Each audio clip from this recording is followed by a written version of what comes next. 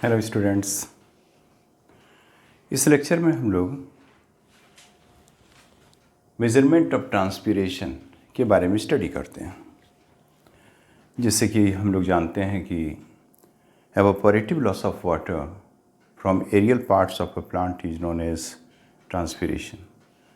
या आप कह सकते हैं कि ट्रांसपीरेशन एक ऐसी प्रक्रिया है जिसमें प्लांट्स के ऊपरी हिस्से से, जिसके अंतर्गत पत्तियाँ, फूल, फल, डालियाँ आती हैं, वे एक्सेसिव अमाउंट ऑफ वाटर को वाटर वेपर के फॉर्म में प्लांट से बाहर निकाल देते हैं। तो जैसा कि आपने पिछले क्लास में देखा कि इसके दो बहुत ही इम्पॉर्टेंट तथ्य हैं।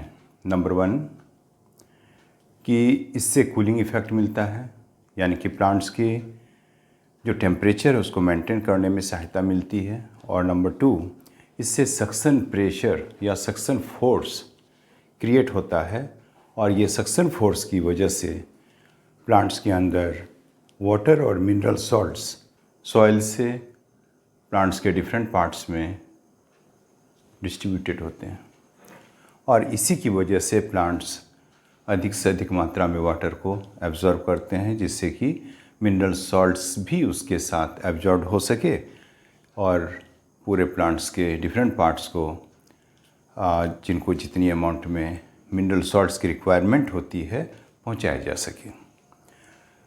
तो हम लोग ट्रांसपीरेशन की रेट जो है उसे मेज़र करने का तरीका अभी हम पढ़ते हैं। सबसे पहले हम लोग यहाँ आते हैं, ये वेइंग मेथड है। इसमें वज़न को मापा जाता है, साथ ही कितने amount water in respect of volume plants से बाहर निकलते हैं उसे मापा जा सकता है। ठीक, ग्लास बॉटल ले लिया गया, ग्लास बॉटल के अंदर पानी भर दी गई, और एक अपरूटेड प्लांट, एक ऐसा प्लांट जो ज़मीन से उखाड़ लिया गया मिट्टी से, लेकिन उसमें जड़ मौजूद हों, रूट्स मौजूद हों, इसे हम कहेंगे अपरूटेड प्लांट। इस अपरूटेड प्लांट को कॉर्क के हेल्प से ग्लास बॉटल के माउथ से अंदर की तरफ इंसर्ट करा दी जाती है, जिससे कि रूट्स बाहर और इसके जो सूट हैं, वायवीय हिस्से हैं, aerial parts of the plant हैं, वो इस बॉटल से बाहर की तरफ रहे। कॉर्क को अच्छी तरह से फिक्स कर दी जाती है, जिससे कि ये एयर टाइट हो जाए। ग्लास बॉटल के अंदर हमने पानी ले लिया है। इसके जो दूसरे छोर पे एक ग्रेजुएटेड साइड ट्यूब होता है, जो कि रबर ट्यूबिंग की हेल्प से ग्लास बॉटल से कनेक्टेड होते हैं। ग्रेजुएटेड साइड ट्यूब का मतलब एक वॉल पे स्केल बना रहता है। अब इस ग्लास बॉटल को हम लोग मेजर कर लेते हैं बैलेंस के हेल्प से, और फिर इसे 2 घंटे के लिए धूप में रख देते हैं। धूप में रखने के बाद ट्रांसपीरेशन की प्रोसेस तो होगी ही, और इससे इसमें वाटर जो प्रेजेंट है वो रूट्स के द्वारा एब्जॉर्ब होंगे, फिर प्लांट के एरियल पार्ट से एटमॉस्फेयर में चले जाएंगे। इससे क्या हुआ कि वाटर का लेवल इस ग्रेजुएटेड साइड ट्यूब में नीचे की तरफ आते हैं, डिक्रीज़ करते हैं, और इसके बाद हम फिर से लगभग 2-3 घंटे के बाद इस एक्सपेरिमेंटल सेटअप को फिर से बैलेंस से मेजर कर लेते हैं।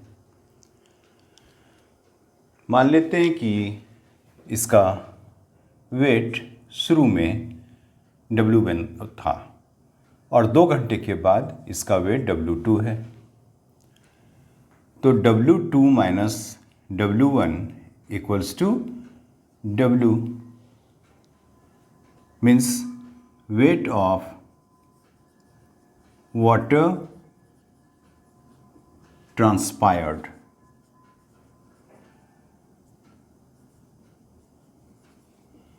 तो इस तरह से हम लोग पता कर सकते हैं कि एक यूनिट टाइम में, जैसे कि हम लोगों ने 2 घंटे के लिए लिया, तो 2 घंटे के अंदर कितना वाटर ट्रांसपायर्ड हो सकता है इस प्लांट से।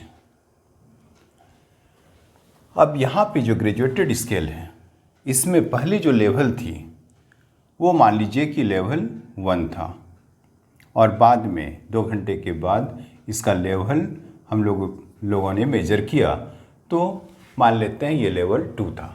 मान लेते हैं कि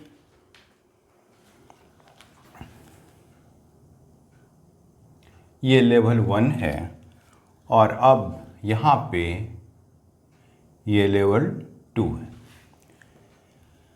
तो इसको पता करने के लिए level 2 minus level 1 of water equals to L, यहाँ पे हम लोग कह सकते हैं कि लेवल ऑफ वाटर डिक्रीज्ड।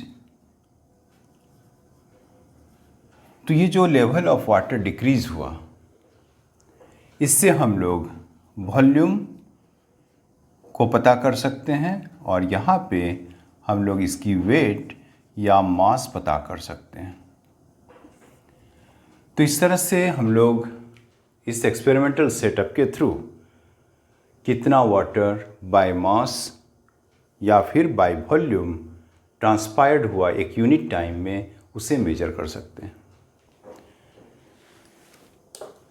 अब हम लोग सेकंड एक्सपेरिमेंट, जिसे कि वेइंग एक्सपेरिमेंट कहते हैं, इसे देखते हैं।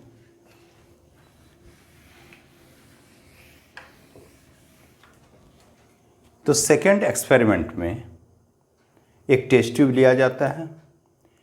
इस टेस्ट ट्यूब में वाटर ले लिया गया है और एक cut leafy shoot. Leafy shoot कहने का मतलब इसमें रूट्स नहीं है, केवल शूट हैं जिसपे कि बहुत सारे लीव्स हैं। इस लीफी शूट को हम लोगों ने इस टेस्ट ट्यूब के अंदर इंसर्ट कराया और 2 और 3 ड्रॉप्स ऑफ ऑयल ले लिया इस वाटर के सरफेस पे, जिससे ये प्रिवेंट करे एवापोरेटिव लॉस को, यानी loss of water by evaporation from the surface of water in the test tube is prevented here. ये जो एक्सपेरिमेंटल सेटअप है, इसे हम लोग मेजर कर लेते हैं बैलेंस से। मान लेते हैं कि इसका वेट W1 है और साथ ही साथ हम लोग यहाँ पे इसकी level, water level in the test tube को भी मेजर कर लेते हैं, जो मान लीजिए L1 है। तो L1 यहाँ पे हम लोग कह सकते हैं initial level of water in the test tube, और यहाँ भी आप कह सकते हैं कि initial weight of water in the test tube.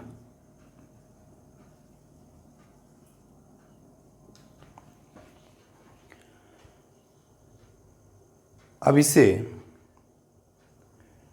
एक बीकर में रख के वेट कर लिया जाता है और W1 पता कर लिया जाता है, initial weight of water in the test tube. साथ ही साथ इसका लेवल पता कर लिया जाता है वाटर का, जो कि L1 है। अब इस एक्सपेरिमेंटल सेटअप को हम लोग 2 घंटे के लिए धूप में छोड़ देते हैं। ट्रांसपिरेशन की प्रोसेस होती है और इसके बाद इसका 2 घंटे के बाद जब हम लोग फिर से इसे मेजर करते हैं, जिसे फाइनल वेट कहेंगे, final weight of water in the test tube, और फिर हम लोग पता करते हैं W2 minus W1 equals to weight of water transpired, water transpired. ठीक इसी तरह से हम लोगों ने इसका लेवल को ऑब्ज़र्व किया 2 घंटे के बाद, तो हम लोगों ने देखा कि ये डिक्रीज़ कर गया है और ये डिक्रीज्ड वाटर लेवल, मान लीजिए पहले जो इनिशियल लेवल था उससे नीचे की तरफ आ गया और इसे हम लोग कहेंगे लेवल 2 L2 यानी कि फाइनल लेवल ऑफ, इसे आप डिक्रीज्ड लेवल भी कह सकते हैं, final level of water in the test tube. और इस तरह से हम लोग L2 minus L1 equals to volume of water transpired पता कर सकते हैं। तो ये दोनों एक्सपेरिमेंट्स के द्वारा हम लोग बाय वेट, बाय वॉल्यूम कितने वाटर ट्रांसपायर्ड हुए एक यूनिट टाइम में, उससे हम लोग पता कर सकते हैं। ये third one potometer method. Potometer usually दो होते हैं, गैनोंग्स फोटोमीटर, डार्विन्स फोटोमीटर। तो हम लोग यहाँ पे गैनोंग्स फोटोमीटर की बात करते हैं। गैनोंग्स फोटोमीटर एक ऐसा डिवाइस है जिससे हम लोग वाटर इनटेक, जो कि वाटर ट्रांसपायर्ड के लगभग बराबर होता है, मेजर कर सकते हैं। तो हम लोग कह सकते हैं कि गैनोंग्स फोटोमीटर एक ऐसा डिवाइस है जिससे rate of transpiration, rate of intake of water, rate of Uptake water को पता कर सकते हैं। तो गैनोंग्स फोटोमीटर, जैसा कि हम यहाँ पे डायग्राम में देख रहे हैं, ये माउथ ऑफ द फोटोमीटर है जिसमें एक कट सूट, जैसा कि हम लोगों ने यहाँ कोलियस कट सूट लिया है, इसे इस माउथ के अंदर कॉर्क के हेल्प से इंसर्ट करा दिया गया। आपको याद रखना है कि इसका जो लोअर एंड है कट सूट का, वो हमेशा वाटर में इंसर्टेड होना चाहिए। यहाँ पे हम लोग देख रहे हैं एक रिजर्वर।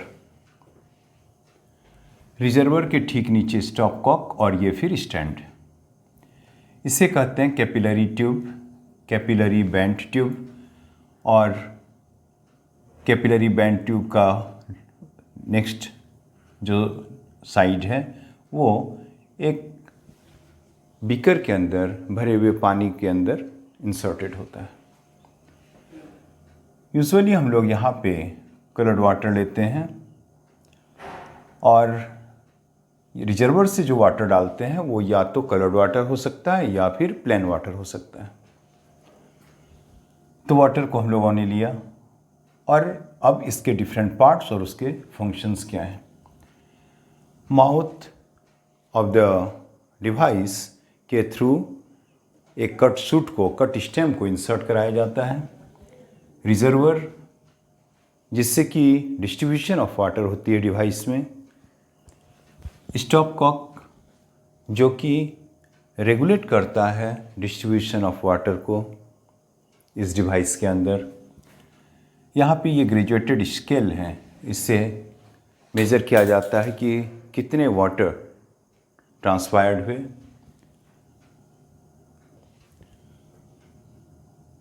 तो इस तरह से हम लोग देखते हैं कि सबसे पहले एक कट सूट लिया जाता है, उसे इस डिवाइस के माउथ से होके इंसर्ट करा दी जाती है। रिजर्वर में वाटर डाला जाता है और स्टॉप कॉक को ओपन करके इस पूरे डिवाइस में वाटर को डिस्ट्रीब्यूट कर दिया जाता है। एक बीकर में कलर्ड वाटर लेते हैं जिसमें कैपिलरी बैंड ट्यूब का लोअर एंड को इंसर्ट करा दिया जाता है। अब इस एक्सपेरिमेंटल सेटअप को, जो कि बिल्कुल एयर टाइट है, वाटर टाइट है, इसे हम लोग सनलाइट में रखते हैं। हम लोग एक यूनिट टाइम के लिए इसे सनलाइट में रखते हैं और यहाँ पे जो lower end of the device है, इसे हम लोग अपलिफ्ट करते हैं जिससे कि ये जो वाटर सरफेस है इससे ज़रा सा ऊपर हो जाए।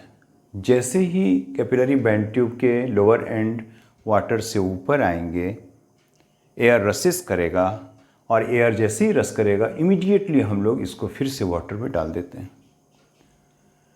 इसमें हो सकता है कि एक से ज़्यादा एयर बबल्स इंट्रोड्यूस हो जाए। तो एक से अगर ज़्यादा एयर बबल्स है तो हम लोग यहाँ पे स्टॉप कॉक को ओपन करेंगे, जिससे कि रिजर्वर से होता हुआ वाटर आएगा और वो एयर बबल को पुश करके फिर वापस इस बीकर के वाटर के साथ मिला देगा। एक एयर बबल रहने के बाद ये धीरे धीरे आगे की तरफ मूव करेगा ग्रेजुएटेड स्केल के पास। जैसे ही ये 0 लेवल पे आएगा हम लोग उसको नोट कर लेंगे उस टाइम को, और एक यूनिट टाइम मान लीजिए 5 मिनट के अंदर ये कहाँ तक आगे बढ़ सकता है इसे हम लोग मेजर करते हैं। और फिर इसका जो सेकंड पॉइंट है जहाँ तक ये पहुँचा 5 मिनट के अंदर, उसको मेजर कर लेते हैं, नोट कर लेते हैं। फिर इस एक्सपेरिमेंटल सेटअप को हम लोग फैन के नीचे शेड में लाते हैं। शेड में लाने के बाद जब फैन है वहाँ पे वेलोसिटी ऑफ विंड होगी, और फिर से हम लोग सेम एक्सपेरिमेंट को रिपीट करेंगे। देखेंगे कि 5 मिनट के अंदर ये एयर बबल कहाँ से कहाँ तक गया, और उस पॉइंट्स को, उस रीडिंग्स को नोट कर लेंगे। फिर इस एक्सपेरिमेंटल सेटअप को हम लोग इन द शेड रखेंगे, लेकिन फैन ऑफ रहेगा। ये थर्ड कंडीशन हो गई, और इसमें भी हम लोग ये एक्सपेरिमेंट को रिपीट करेंगे, रीडिंग्स को नोट कर लेंगे। 3 अलग अलग क्लाइमेटिक कंडीशंस में हम लोगों ने इस एक्सपेरिमेंट को रिपीट किया, उसके रीडिंग्स नोट किए, और अब हम लोग इसकी स्टडी करते हैं कि किस कंडीशन में, किस क्लाइमेटिक कंडीशन में सबसे ज़्यादा वाटर ट्रांसपायर्ड हुआ। तो हम लोग देखेंगे कि इन द सनलाइट वाटर का मूवमेंट सबसे ज़्यादा हुआ, मैक्सिमम स्पीड भी रही, मूवमेंट भी ज़्यादा हुआ।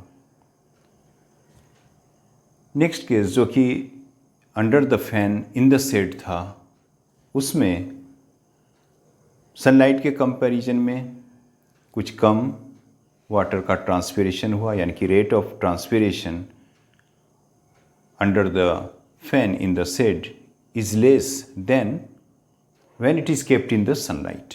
तीसरी कंडीशन जो कि शेड में था, उसमें हम लोगों ने देखा कि लीस्ट वाटर इज ट्रांसपायर्ड। इसमें जो एयर बबल का मूवमेंट था वो भी बहुत ही कम था, स्लो था। और इस 3 एक्सपेरिमेंट से ये पता चलता है कि अलग अलग क्लाइमेटिक कंडीशंस में रेट ऑफ ट्रांसपिरेशन अलग अलग होती है। तो Ganong's photometer helps in measuring the rate of transpiration in different climatic conditions. Ganong's photometer को यूज़ करते समय 2 प्रिकॉशंस ज़रूर से लेना चाहिए। पहला कि the device must be air tight और वाटर टाइट। ये अगर वाटर टाइट और एयर टाइट रहेगा तो ही ये एयर बबल आगे की तरफ मूव करेगा, अन्यथा नहीं।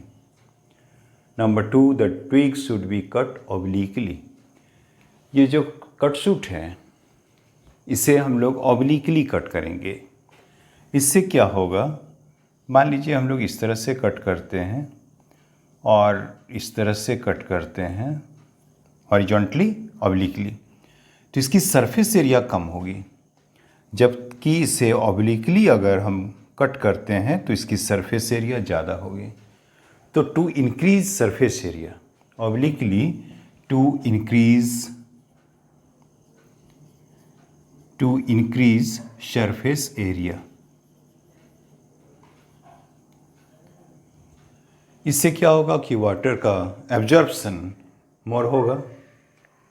और अगर ये हॉरिजॉन्टली कट हो तो इसकी सरफेस एरिया कम होगी, वाटर को ये कम एब्जॉर्ब कर पाएगा। लिमिटेशंस, ये गैनोंग्स फोटोमीटर के कुछ लिमिटेशन भी हैं। First limitation, the twig may not alive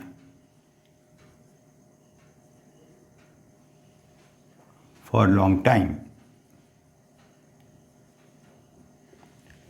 जब ये ट्विग बहुत समय तक अलाइव नहीं रहेगा तो हम लोगों को एक्सपेरिमेंट जल्दी करना होगा, क्योंकि विल्टिंग प्रोसेस होने लगेगी लीव्स में और फिर रेट ऑफ ट्रांसपिरेशन को ये अफेक्टेड करेगा। Number 2, introduction of air bubble is not easy. जब हम यहाँ पे लोअर एंड में एयर बबल को इंट्रोड्यूस कराते हैं तो ये काफ़ी आसान भी नहीं होता। इसे हम हमेशा ही अपर सरफेस ऑफ वाटर तक लाएंगे। जैसे ही ऊपर आएगा इसमें एयर रसेस करेंगे और इमीडिएटली हम लोगों को ये lower end of capillary tube को इस डिवाइस के तुरंत नीचे लाना होगा, वाटर में डुबो देना होगा, पोर कर देना होगा, जिससे कि एयर बबल इंट्रोड्यूस करे, लेकिन बहुत ज़्यादा नहीं। और तीसरा, क्लाइमेटिक कंडीशंस जो चेंज्ड होते रहेंगे उसका इस रेट पे इफ़ेक्ट आएगा। Change in outside climatic condition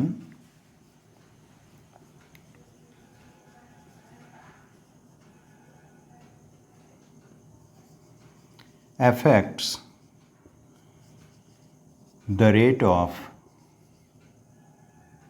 transpiration.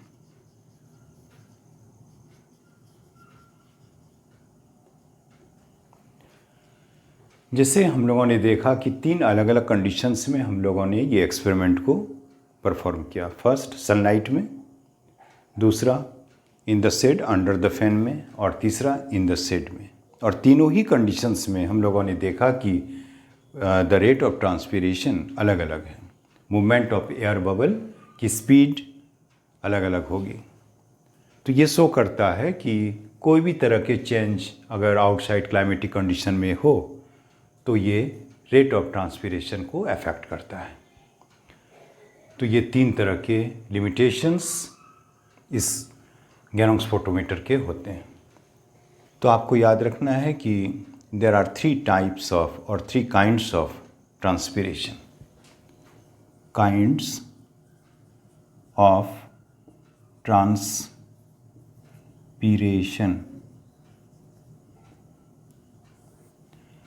पहला जो होता है उसे कहते हैं स्टोमेटल ट्रांसपिरेशन।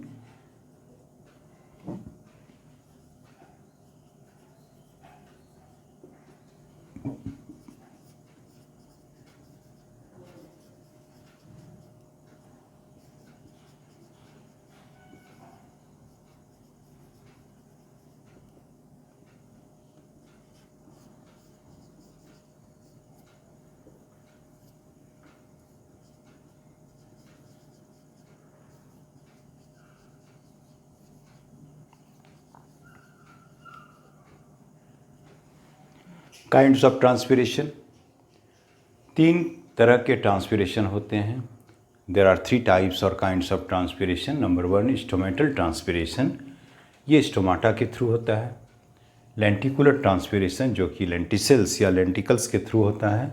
और क्यूटिकुलर ट्रांसपिरेशन जो क्यूटिकल के थ्रू होता है। आपको याद रखना है कि स्टोमाटा काफ़ी छोटे छोटे रंध्र या छिद्र होते हैं। मोस्टली ये लोअर सरफेस ऑफ लीफ पे होता है डाइकॉट प्लांट्स में, और मोनोकॉट प्लांट्स में अपर और लोअर दोनों ही सरफेसेस पे होता है। इसके अलावा ये कोई भी ग्रीन पार्ट ऑफ प्लांट पे लोकेट होते हैं और इस स्टोमाटा के थ्रू ही मोस्टली वाटर का ट्रांसपिरेशन होता है। और दूसरा जो है लेंटिकुलर ट्रांसपिरेशन, ये लेंटिसल्स से होता है। लेंटिकल्स ओल्ड स्टेम पे या फिर बार्क ऑफ ट्रीज पे होते हैं और इस लेंटिकल्स की हेल्प से होने वाले ट्रांसपिरेशन को लेंटिकुलर ट्रांसपिरेशन कहते हैं। थर्ड, क्यूटिकुलर ट्रांसपिरेशन, ये क्यूटिकल से होता है। क्यूटिकल जो कि एक वैक्सी लेयर होता है और ये mostly upper surface of lips पे होता है और इसके थ्रू भी कुछ अमाउंट में वाटर ट्रांसपायर्ड होते हैं और इस क्यूटिक से होने वाले ट्रांसपिरेशन को क्यूटिकुलर ट्रांसपिरेशन कहते हैं। और इस तरह से ये 3 काइंड्स ऑफ ट्रांसपिरेशन हुए। हम लोग एक एक करके इनकी चर्चा नेक्स्ट लेक्चर में करेंगे। तो आज हम लोगों ने कैसे रेट ऑफ ट्रांसपिरेशन को मेजर किया जाता है, कौन कौन से डिवाइस यूज़ किए जाते हैं, उसके बारे में स्टडी की। नेक्स्ट लेक्चर में हम लोग डिफरेंट टाइप्स ऑफ ट्रांसपीरेशन का स्टडी करेंगे। तो अगला वीडियो देखना नहीं भूलिएगा। आपके सपोर्ट के लिए बहुत बहुत धन्यवाद। Thank you.